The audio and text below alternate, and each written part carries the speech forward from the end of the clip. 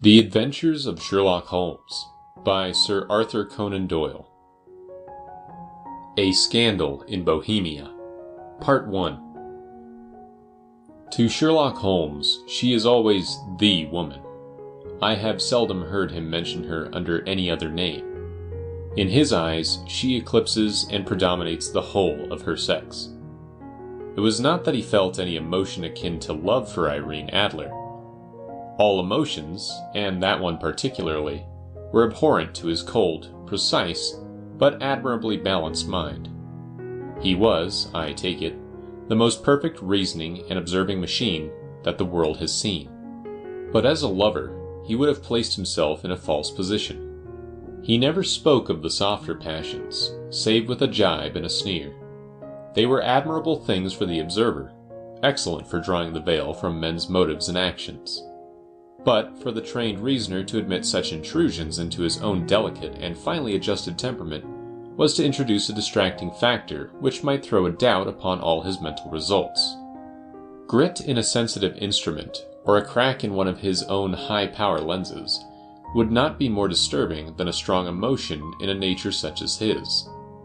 And yet there was but one woman to him, and that woman was the late Irene Adler, of dubious and questionable memory. I had seen little of Holmes lately. My marriage had drifted us away from each other. My own complete happiness, and the home-centered interests which rise up around the man who first finds himself master of his own establishment, were sufficient to absorb all my attention, while Holmes, who loathed every form of society with his whole bohemian soul, remained in our lodgings in Baker Street, buried among his old books, and alternating from week to week between cocaine and ambition, the drowsiness of the drug, and the fierce energy of his own keen nature. He was still, as ever, deeply attracted by the study of crime, and occupied his immense faculties and extraordinary powers of observation in following out those clues and clearing up those mysteries which had been abandoned as hopeless by the official police. From time to time, I heard some vague account of his doings, of his summons to Odessa in the case of the Trepoff murder, of his clearing up of the singular tragedy of the Atkinson brothers at Trincomalee, and finally of the mission which he had accomplished so delicately and successfully for the reigning family of Holland. Beyond these signs of his activity, however, which I merely shared with all the readers of the daily press, I knew little of my former friend and companion. One night, it was on the 20th of March, 1888, I was returning from a journey to a patient, for I had now returned to civil practice, when my way led me through Baker Street. As I passed the well-remembered door, which must always be associated in my mind with my wooing, and with the dark incidents of the study in scarlet, I was seized with a keen desire to see Holmes again, and to know how he was employing his extraordinary powers. His rooms were brilliantly lit, and, even as I looked up, I saw his tall, spare figure pass twice in a dark silhouette against the blind. He was pacing the room swiftly, eagerly, with his head sunk upon his chest and his hands clasped behind him. To me, who knew his every mood and habit, his attitude and manner told their own story. He was at work again. He had risen out of his drug-created dreams and was hot upon the scent of some new problem. I rang the bell and was shown up to the chamber which had formerly been in part my own. His manner was not effusive. It seldom was, but he was glad, I think, to see me. With hardly a word spoken, but with a kindly eye, he waved me to an armchair, threw across his case of cigars, and indicated a spirit case and a gasogene in the corner. Then he stood before the fire and looked me over in his singular introspective fashion. "Wedlock suits you," he remarked. "I think, Watson, that you have put on 7.5 pounds since I saw you." "7?" I answered. "Indeed, I should have thought a little more. Just a trifle more, I fancy, Watson. And in practice again, I observe. You did not tell me that you intended to go into harness." "Then how did you know?" "I see it. I deduce it. How do I know that you have been getting yourself very wet lately, and that you have a most clumsy and careless servant girl?" "My dear Holmes," said I, "this is too much. You would certainly have been burned had you lived a few centuries ago." It is true that I had a country walk on Thursday and came home in a dreadful mess. But as I have changed my clothes, I can't imagine how you deduce it. As to Mary Jane, she is incorrigible, and my wife has given her notice. But there again, I fail to see how you work it out." He chuckled to himself and rubbed his long, nervous hands together. "It is simplicity itself," said he. "My eyes tell me that on the inside of your left shoe, just where the firelight strikes it, the leather is scored by 6 almost parallel cuts. Obviously, they have been caused by someone who has very carelessly scraped round the edges of the sole in order to remove crusted mud from it. Hence you see my double deduction that you had been out in vile weather, and that you had a particularly malignant boot-splitting specimen of the London slavey. As to your practice, if a gentleman walks into my room smelling of iodoform, with a black mark of nitrate of silver upon his right forefinger, and a bulge on the right side of his top hat to show where he has secreted his stethoscope, I must be dull indeed if I do not pronounce him to be an active member of the medical profession."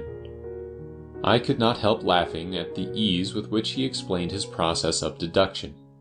"When I hear you give your reasons," I remarked, "the thing always appears to me to be so ridiculously simple that I could easily do it myself, though at each successive instance of your reasoning I am baffled until you explain your process. And yet I believe that my eyes are as good as yours." "Quite so," he answered, lighting a cigarette and throwing himself down into an armchair. "You see, but you do not observe. The distinction is clear. For example, you have frequently seen the steps which lead up from the hall to this room." "Frequently." "How often?" "Well, some hundreds of times." "Then how many are there?" "How many? I don't know." "Quite so. You have not observed, and yet you have seen. That is just my point. Now, I know that there are 17 steps, because I have both seen and observed. By the way, since you are interested in these little problems, and since you are good enough to chronicle one or two of my trifling experiences, you may be interested in this." He threw over a sheet of thick, pink-tinted notepaper which had been lying open upon the table. "It came by the last post," said he. "Read it aloud." The note was undated, and without either signature or address. "There will call upon you tonight at 7:45 o'clock," it said, "a gentleman who desires to consult you upon a matter of the very deepest moment. Your recent services to one of the royal houses of Europe have shown that you are one who may safely be trusted with matters which are of an importance which can hardly be exaggerated. This account of you we have from all quarters received. Be in your chamber then at that hour, and do not take it amiss if your visitor wear a mask." "This is indeed a mystery," I remarked. "What do you imagine that it means?" "I have no data yet. It is a capital mistake to theorize before one has data. Insensibly, one begins to twist facts to suit theories, instead of theories to suit facts. But the note itself, what do you deduce from it?" I carefully examined the writing, and the paper upon which it was written. "The man who wrote it was presumably well-to-do," I remarked, endeavoring to imitate my companion's process. "Such paper could not be bought under half a crown a packet. It is peculiarly strong and stiff." "Peculiar. That is the very word," said Holmes. "It is not an English paper at all. Hold it up to the light." I did so, and saw a large E with a small g, a P, and a large G with a small t woven into the texture of the paper. "What do you make of that?" asked Holmes. "The name of the maker, no doubt. Or his monogram, rather." "Not at all. The G with the small t stands for Gesellschaft, which is the German for company. It is a customary contraction like our co. P, of course, stands for papier. Now for the EG. Let us glance at our continental gazetier." He took down a heavy brown volume from his shelves. "Eglov, Eglonitz. Here we are. Egria. It is in a German-speaking country. In Bohemia, not far from Carlsbad. Remarkable as being the scene of the death of Wallenstein, and for its numerous glass factories and paper mills. Ha ha, my boy, what do you make of that?" His eyes sparkled, and he sent up a great blue triumphant cloud from his cigarette. "The paper was made in Bohemia," I said. "Precisely. And the man who wrote the note is a German. Do you note the peculiar construction of the sentence? This account of you we have from all quarters received. A Frenchman or Russian could not have written that. It is the German who is so uncourteous to his verbs. It only remains, therefore, to discover what is wanted by this German who writes on Bohemian paper and prefers wearing a mask to showing his face. And here he comes, if I am not mistaken, to resolve all our doubts. As he spoke, there was the sharp sound of horses' hooves and grating wheels against the curb, followed by a sharp pull at the bell. Holmes whistled. "A pair by the sound," said he. "Yes," he continued, glancing out the window. "A nice little brougham, and a pair of beauties. 150 guineas apiece. There's money in this case, Watson, if there is nothing else." "I think that I had better go, Holmes." "Not a bit, Doctor. Stay where you are. I am lost without my Boswell, and this promises to be interesting. It would be a pity to miss it." "But your client—" "Never mind him. I may want your help, and so may he. Here he comes. Sit down in that armchair, Doctor, and give us your best attention." A slow and heavy step, which had been heard upon the stairs and in the passage, paused immediately outside the door. There was a loud and authoritative tap. "Come in," said Holmes. A man entered who could hardly have been less than 6 feet 6 inches in height, with the chest and limbs of a Hercules. His dress was rich, with a richness which would, in England, be looked upon as akin to bad taste. Heavy bands of astrakhan were slashed across the sleeves and fronts of his double-breasted coat, while the deep blue cloak which was thrown over his shoulders was lined with flame-colored silk, and secured at the neck with a brooch which consisted of a single flaming beryl. Boots which extended halfway up his calves, and which were trimmed at the tops with rich brown fur, completed the impression of barbaric opulence which was suggested by his whole appearance. He carried a broad-brimmed hat in his hand, while he wore across the upper part of his face, extending down past the cheekbones, a black visored mask, which he had apparently adjusted that very moment, for his hand was still raised to it as he entered. From the lower part of the face he appeared to be a man of strong character, with a thick, hanging lip, and a long, straight chin, suggestive of resolution pushed to the length of obstinacy. "You had my note?" he asked with a deep, harsh voice and a strongly marked German accent. "I told you that I would call." He looked from one to the other of us, as if uncertain which to address. "Pray take a seat," said Holmes. "This is my friend and colleague, Dr. Watson, who is occasionally good enough to help me in my cases. Whom have I the honor to address?" "You may address me as the Count von Kram, a Bohemian nobleman. I understand that this gentleman, your friend, is a man of honor and discretion, whom I may trust with a matter of the most extreme importance. If not, I should much prefer to communicate with you alone." I rose to go, but Holmes caught me by the wrist and pushed me back into my chair. "It is both or none," said he. "You may say before this gentleman anything which you may say to me." The Count shrugged his broad shoulders. "Then I must begin," said he, "by binding you both to absolute secrecy for 2 years. At the end of that time, the matter will be of no importance. At present, it is not too much to say that it is of such weight it may have an influence upon European history." "I promise," said Holmes. "And I." "You will excuse this mask," continued our strange visitor. "The august person who employs me wishes his agent to be unknown to you. And I may confess at once that the title by which I have just called myself is not exactly my own." "I was aware of it," said Holmes dryly. "The circumstances are of great delicacy, and every precaution has to be taken to quench what might grow to be an immense scandal and seriously compromise one of the reigning families of Europe. To speak plainly, the matter implicates the great house of Ormstein, hereditary kings of Bohemia." "I was also aware of that," murmured Holmes, settling himself down in his armchair and closing his eyes. Our visitor glanced with some apparent surprise at the languid, lounging figure of the man who had been no doubt depicted to him as the most incisive reasoner and most energetic agent in Europe. Holmes slowly reopened his eyes and looked impatiently at his gigantic client. "If your Majesty would condescend to state your case," he remarked, "I should be better able to advise you." The man sprang from his chair and paced up and down the room in uncontrollable agitation. Then, with a gesture of desperation, he tore the mask from his face and hurled it upon the ground. "You are right," he cried. "I am the king. Why should I attempt to conceal it?" Why indeed, murmured Holmes. Your Majesty had not spoken before I was aware that I was addressing Wilhelm Gottsreich Sigismund von Ormstein, Grand Duke of Castle Felstein, and hereditary King of Bohemia. But you can understand, said our strange visitor, sitting down once more and passing his hand over his high white forehead. You can understand that I am not accustomed to doing such business in my own person. Yet the matter was so delicate that I could not confide it to an agent without putting myself in his power. I have come incognito from Prague for the purpose of consulting you. Then pray, consult, said Holmes, shutting his eyes once more. The facts are briefly these.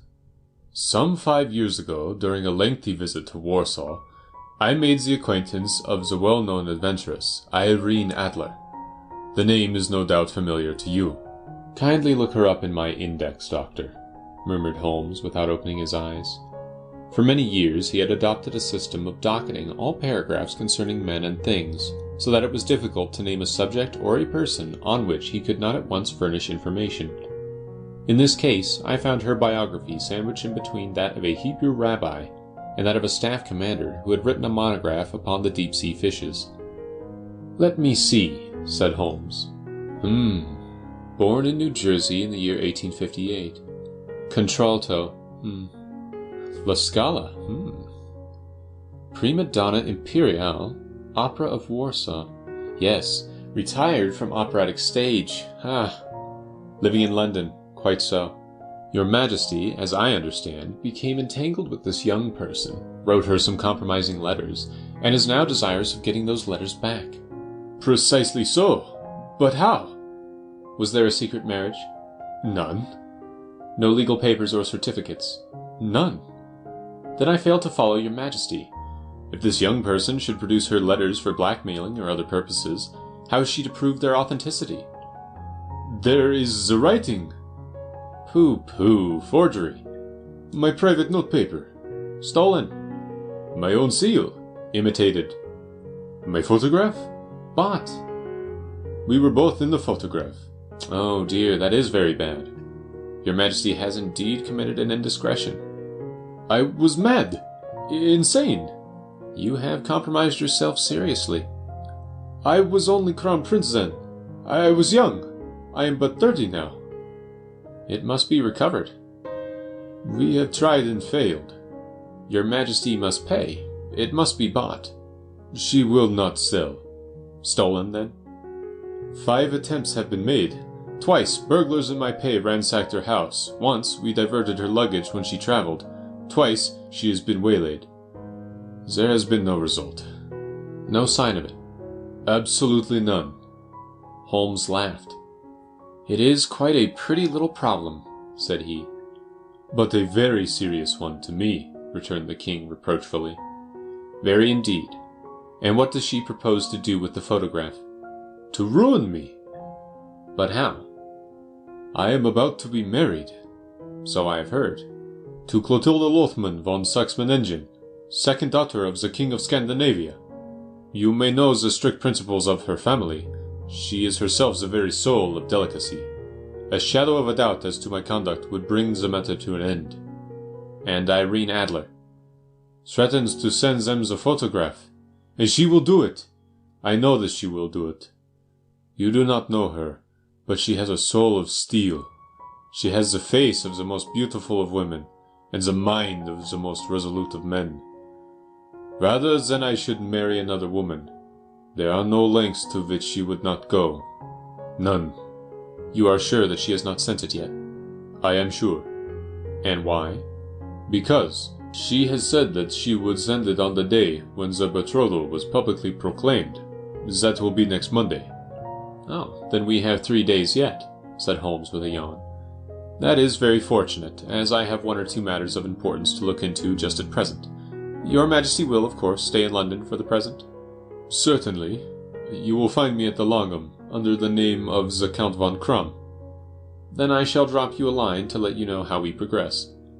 Pray do so. I shall be all anxiety. Then as to money. You have carte blanche. Absolutely. I tell you that I would give one of the provinces of my kingdom to have that photograph. and for present expenses. The king took a heavy chamois leather bag from under his cloak and laid it on the table. "There are 300 pounds in gold, and 700 in notes," he said. Holmes scribbled a receipt upon a sheet of his notebook, and handed it to him. "And mademoiselle's address?" he asked. "Is Briony Lodge, Serpentine Avenue, St. John's Wood." Holmes took a note of it. "One other question," said he. "Was the photograph a cabinet?" "It was." "Then good night, Your Majesty, and I trust that we shall soon have some good news for you.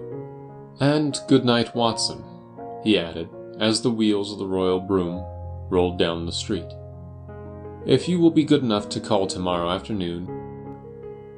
At 3 o'clock precisely, I was at Baker Street, but Holmes had not yet returned. The landlady informed me that he had left the house shortly after 8 o'clock in the morning. I sat down beside the fire, however, with the intention of awaiting him, however long he might be.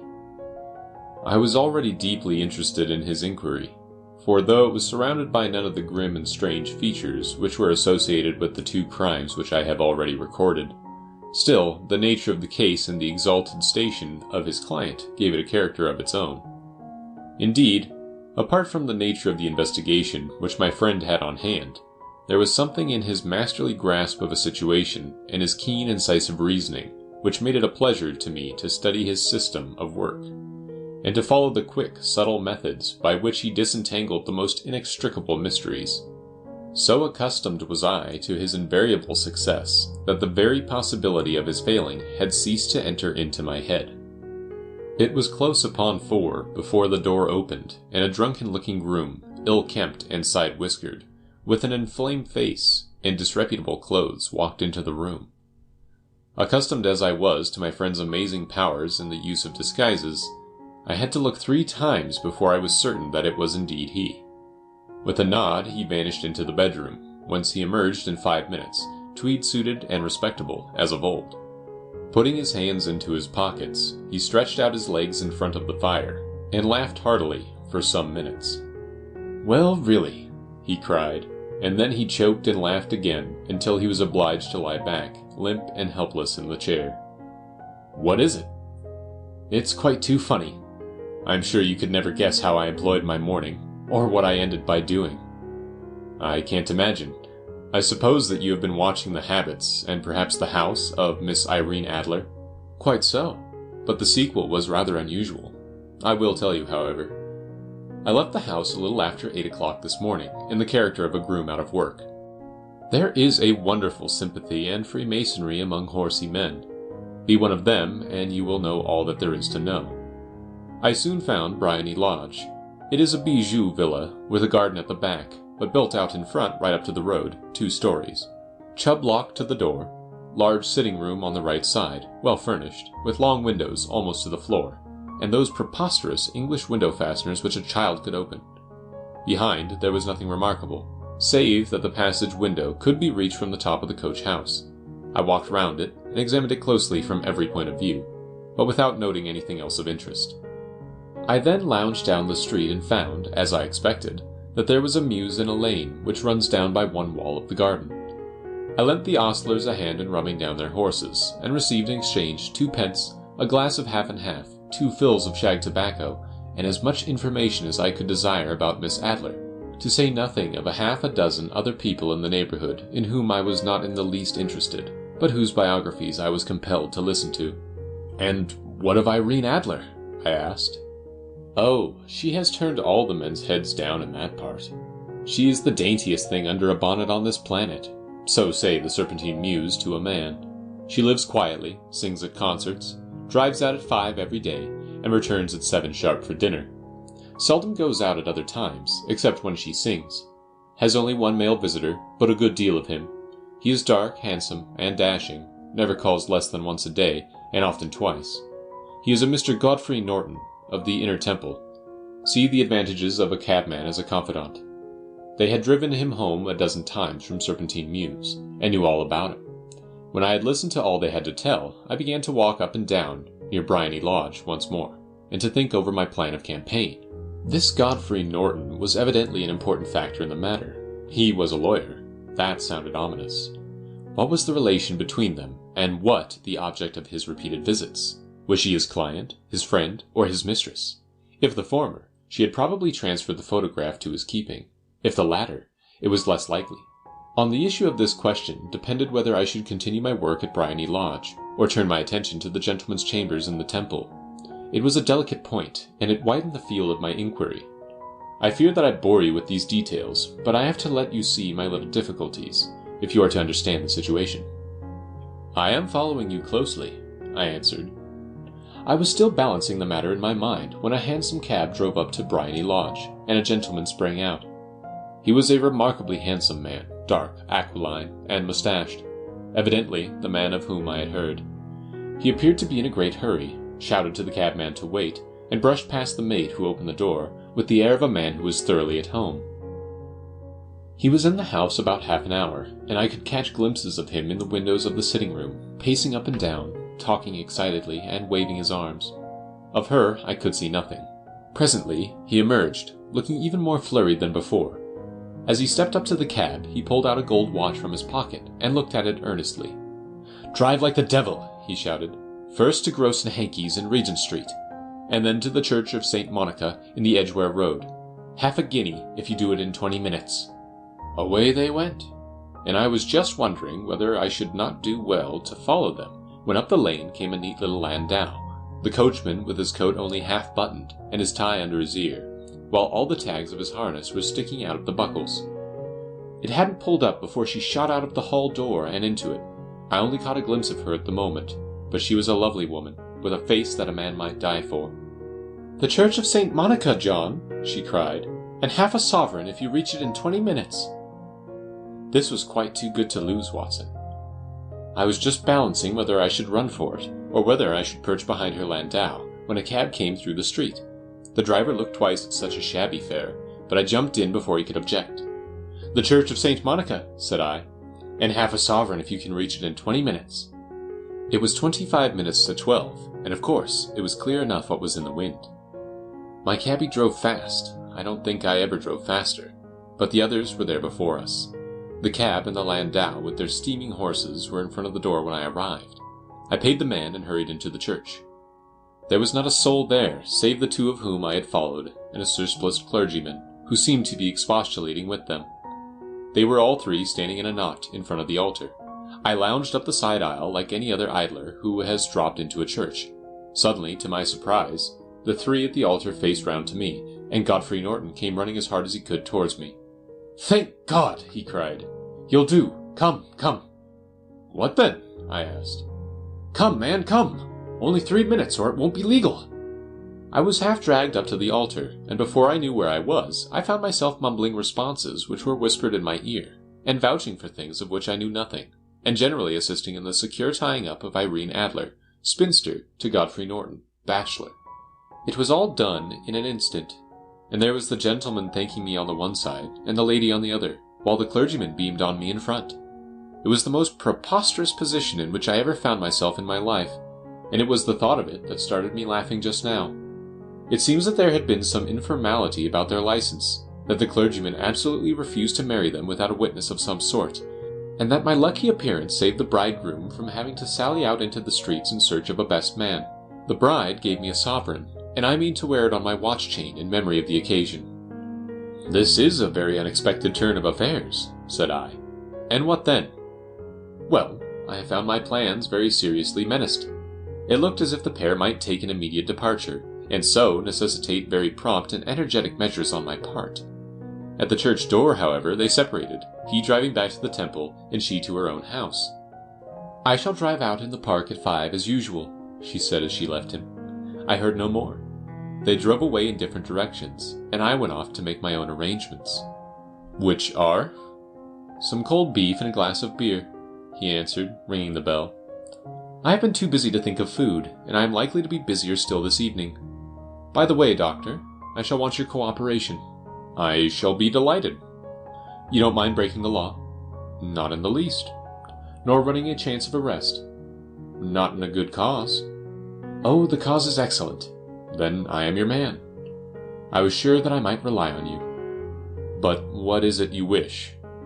When Mrs. Turner has brought in the tray, I will make it clear to you. Now," he said as he turned hungrily on the simple fare that our landlady had provided, "I must discuss it while I eat, for I have not much time. It is nearly 5 now. In 2 hours we must be on the scene of action. Miss Irene, or Madame, rather, returns from her drive at 7. We must be at Bryony Lodge to meet her." "And what then?" "You must leave that to me. I have already arranged what is to occur. There is only one point on which I must insist. You must not interfere, come what may. You understand? I am to be neutral? To do nothing whatever. There will probably be some small unpleasantness. Do not join in it. It will end in my being conveyed into the house. 4 or 5 minutes afterwards, the sitting-room window will open. You are to station yourself close to that open window." "Yes." "You are to watch me, for I will be visible to you." "Yes." "And when I raise my hand, so, you will throw into the room what I give you to throw, and will, at the same time, raise the cry of fire. You quite follow me?" "Entirely." "It is nothing very formidable," he said, taking a long cigar-shaped roll from his pocket. "It is an ordinary plumber's smoke rocket, fitted with a cap at either end to make it self-lighting. Your task is confined to that. When you raise your cry of fire, it will be taken up by quite a number of people. You may then walk to the end of the street, and I will rejoin you in 10 minutes. I hope that I have made myself clear. I am to remain neutral, to get near the window, to watch you, and at the signal to throw in this object, then to raise the cry of fire, and to wait you at the corner of the street." "Precisely. Then you may entirely rely on me." "That is excellent. I think perhaps it is almost time that I prepare for the new role I have to play." He disappeared into his bedroom, and returned in a few minutes in the character of an amiable and simple-minded nonconformist clergyman. His broad black hat, his baggy trousers, his white tie, his sympathetic smile, and general look of peering and benevolent curiosity were such as Mr. John Hare alone could have equalled. It was not merely that Holmes changed his costume, his expression, his manner, his very soul seemed to vary with every fresh part that he assumed. The stage lost a fine actor, even as science lost an acute reasoner when he became a specialist in crime. It was 6:15 when we left Baker Street, and it still wanted 10 minutes to the hour when we found ourselves in Serpentine Avenue. It was already dusk, and the lamps were just being lighted as we paced up and down in front of Bryony Lodge, waiting for the coming of its occupant. The house was just such as I had pictured it from Sherlock Holmes' succinct description, but the locality appeared to be less private than I expected. On the contrary, for a small street in a quiet neighborhood, it was remarkably animated. There was a group of shabbily dressed men smoking and laughing in a corner, a scissors grinder with his wheel, 2 guardsmen who were flirting with a nurse girl, and several well-dressed young men who were lounging up and down with cigars in their mouths. "You see," remarked Holmes, as we paced to and fro in front of the house, "this marriage rather simplifies matters. The photograph becomes a double-edged weapon now. The chances are that she would be as averse to its being seen by Mr. Godfrey Norton as our client is to its coming to the eyes of his princess. Now the question is, where are we to find the photograph?" "Where indeed?" "It is most unlikely that she carries it around with her. It is cabinet size, too large for easy concealment about a woman's dress. She knows that the king is capable of having her waylaid and searched. 2 attempts of the sort have already been made. We may take it, then, that she does not carry it about with her." "Where, then?" "Her banker or her lawyer." "There is that double possibility, but I am inclined to think neither. Women are naturally secretive, and they like to do their own secreting. Why should she hand it over to anyone else? She could trust her own guardianship, but she could not tell what indirect or political influence might be brought to bear upon a business man. Besides, remember that she had resolved to use it within a few days. It must be where she can lay her hands upon it. It must be in her own house." "But it has twice been burgled." "Pshaw! They did not know how to look." "But how will you look?" "I will not look." "What then?" "I will get her to show me." "But she will refuse. She will not be able to."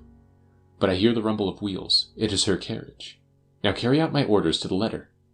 As he spoke, the gleam of the side lights of a carriage came round the curve of the avenue. It was a smart little landau which rattled up to the door of Bryony Lodge. As it pulled up, one of the loafing men at the corner dashed forward to open the door, in the hope of earning a copper, but was elbowed away by another loafer, who had rushed up with the same intention. A fierce quarrel broke out, which was increased by the two guardsmen, who took sides with one of the loungers, and by the scissors grinder, who was equally hot upon the other side. A blow was struck, and in an instant the lady, who had stepped from her carriage, was the center of a little knot of flushed and struggling men, who struck savagely at each other with their fists and sticks. Holmes dashed into the crowd to protect the lady, but just as he reached her, he gave a cry and dropped to the ground, with the blood running freely down his face. At his fall, the guardsmen took to their heels in one direction, and the loungers in the other, while a number of better-dressed people, who had watched the scuffle without taking part in it, crowded in to help the lady and to attend to the injured man. Irene Adler, as I will still call her, had hurried up the steps, but she stood at the top with her superb figure outlined against the lights of the hall, looking back into the street. "Is the poor gentleman much hurt?" she asked. "He is dead!" cried several voices. "No, no, there's life in him," shouted another. "But he'll be gone before you can get him to hospital." "He's a brave fellow," said a woman. "They would have had the lady's person watch if it hadn't been for him. They were a gang, and a rough one, too. Ah, he's breathing now. He can't lie in the street. May we bring him in, ma'am?" "Surely. Bring him into the sitting room. There is a comfortable sofa. This way, please." Slowly and solemnly he was borne into Briony Lodge, and laid out in the principal room, while I still observed the proceedings from my post by the window. The lamps had been lit, but the blinds had not been drawn, so that I could see Holmes as he lay upon the couch. I do not know whether he was seized with compunction at that moment for the part he was playing, but I know that I never felt more heartily ashamed of myself in my life than when I saw the beautiful creature against whom I was conspiring, or the grace and kindliness with which she waited upon the injured man. And yet it would be the blackest treachery to Holmes to draw back now from the part which he had entrusted to me. I hardened my heart, and took the smoke rocket from under my ulster. After all, I thought, we are not injuring her. We are but preventing her from injuring another. Holmes had sat up upon the couch, and I saw him motion like a man who is in need of air. A maid rushed across and threw open the window.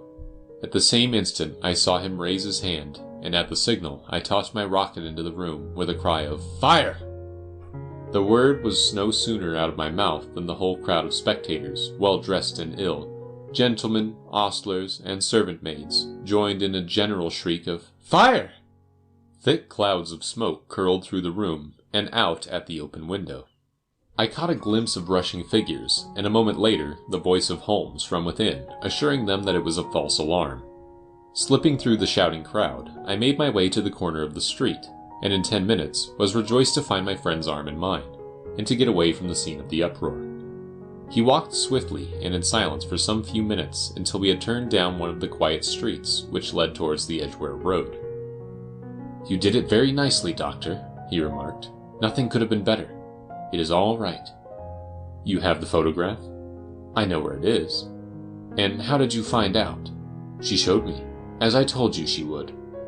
"I am still in the dark." "I do not wish to make a mystery," said he, laughing. "The matter was perfectly simple. You of course saw that everyone in the street was an accomplice. They were all engaged for the evening." "I guessed as much." "Then, when the row broke out, I had a little moist red paint in the palm of my hand. I rushed forward, fell down, clapped my hand to my face, and became a piteous spectacle. It is an old trick. That also I could fathom. Then they carried me in. She was bound to have me in. What else could she do? And into her sitting room, which was the very room which I suspected. It lay between that and her bedroom, and I was determined to see which. They laid me on a couch. I motioned for air. They were compelled to open the window, and you had your chance. How did that help you? It was all important. When a woman thinks that her house is on fire, her instinct is at once to rush to the thing which she values most. It is a perfectly overpowering impulse, and I have more than once taken advantage of it. In the case of the Darlington substitution scandal, it was of use to me, and also in the Arnsworth Castle business. A married woman grabs at her baby, an unmarried one reaches for her jewel box. Now, it was clear to me that Our Lady of today had nothing in the house more precious to her than what we are in quest of. She would rush to secure it. The alarm of fire was admirably done. The smoke and shouting were enough to shake nerves of steel. She responded beautifully. The photograph is in a recess behind a sliding panel just above the right bell pull. She was there in an instant, and I caught a glimpse of it as she half drew it out.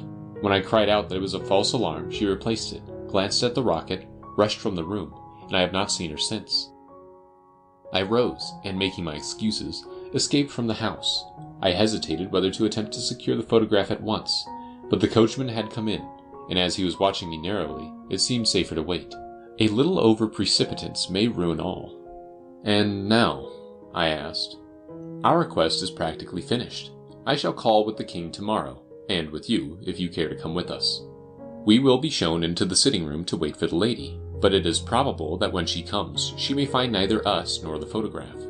It might be a satisfaction to His Majesty to regain it with his own hands." "And when will you call?" "At 8 in the morning. She will not be up, so that we shall have a clear field. Besides, we must be prompt, for this marriage may mean a complete change in her life and habits. I must wire to the king without delay." We had reached Baker Street and had stopped at the door. He was searching his pockets for the key when someone passing said, "Good night, Mr. Sherlock Holmes." There were several people on the pavement at the time, but the greeting appeared to come from a slim youth in an ulster who had hurried by. "I've heard that voice before," said Holmes. I slept at Baker Street that night, and we were engaged upon our toast and coffee in the morning when the King of Bohemia rushed into the room. "You have really got it," he cried, grasping Sherlock Holmes by either shoulder and looking eagerly into his face. "Not yet." "But you have hopes." "I have hopes." "Then come. I am all impatience to be gone." "We must have a cab." "No, my brougham is waiting." "Then that will simplify matters." We descended and started off once more for Briony Lodge. "Irene Adler is married," remarked Holmes. "Married? When?" "Yesterday." "But to whom?" "To an English lawyer named Norton." "But she could not love him." "I am in hopes that she does." "And why in hopes?"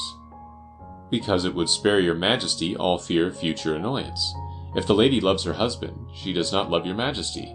If she does not love your Majesty, there is no reason why she should interfere with your Majesty's plan." "It is true, and yet... Well, I wish she had been of my own station. What a queen she would have made." He relapsed into a moody silence, which was not broken until we drew up in Serpentine Avenue. The door of Briony Lodge was open, and an elderly woman stood upon the steps. She watched us with a sardonic eye as we stepped from the brougham. "Mr. Sherlock Holmes, I believe," said she. "I am Mr. Holmes," answered my companion, looking at her with a questioning and rather startled gaze. "Indeed. My mistress told me that you were likely to call. She left this morning with her husband by the 5:15 train from Charing Cross for the Continent." "What?" Sherlock Holmes staggered back, white with chagrin and surprise. "Do you mean that she has left England, never to return?" "And the papers?" asked the king hoarsely. "All is lost." "We shall see." He pushed past the servant and rushed into the drawing room, followed by the king and myself. The furniture was scattered about in every direction, with dismantled shelves and open drawers, as if the lady had hurriedly ransacked them before her flight.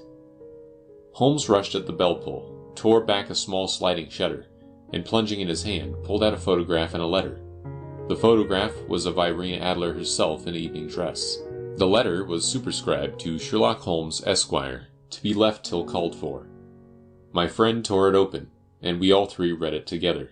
It was dated at midnight of the preceding night, and ran in this way. "My dear Mr. Sherlock Holmes, you really did it very well. You took me in completely. Until after the alarm of fire, I had not a suspicion. But then, when I found how I had betrayed myself, I began to think. I had been warned against you months ago. I had been told that, if the king employed an agent, it would certainly be you.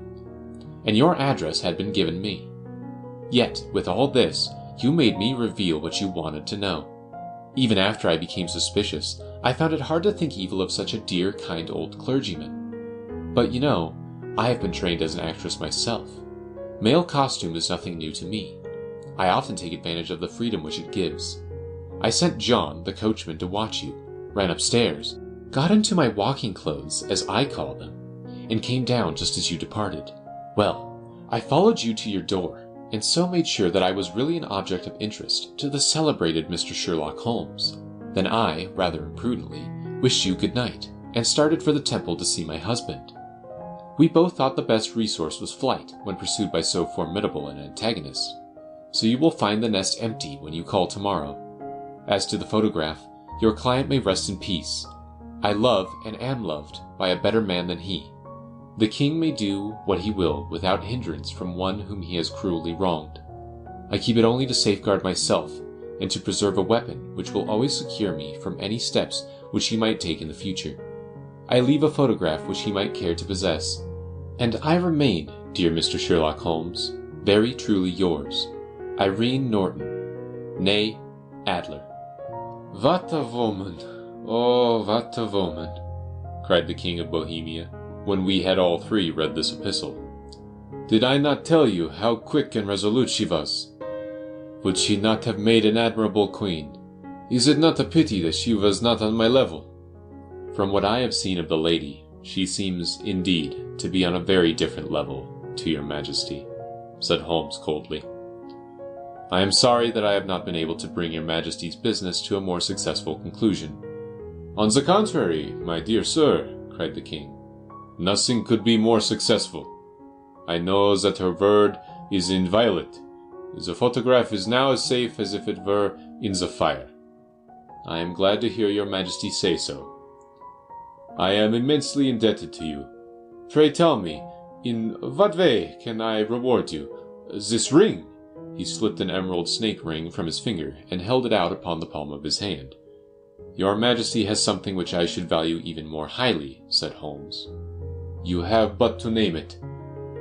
This photograph. The king stared at him in amazement. Irene's photograph, he cried. Certainly, if you wish it. I thank your Majesty. Then there is no more to be done in the matter. I have the honor to wish you a very good morning. He bowed, and turning away without observing the hand which the king had stretched out for him, he set off in my company for his chambers. And that was how a great scandal threatened to affect the kingdom of Bohemia, and how the best plans of Mr. Sherlock Holmes were beaten by a woman's wit. He used to make merry over the cleverness of women, but I have not heard him do it of late. And when he speaks of Irene Adler, or when he refers to her photograph, it is always under the honorable title of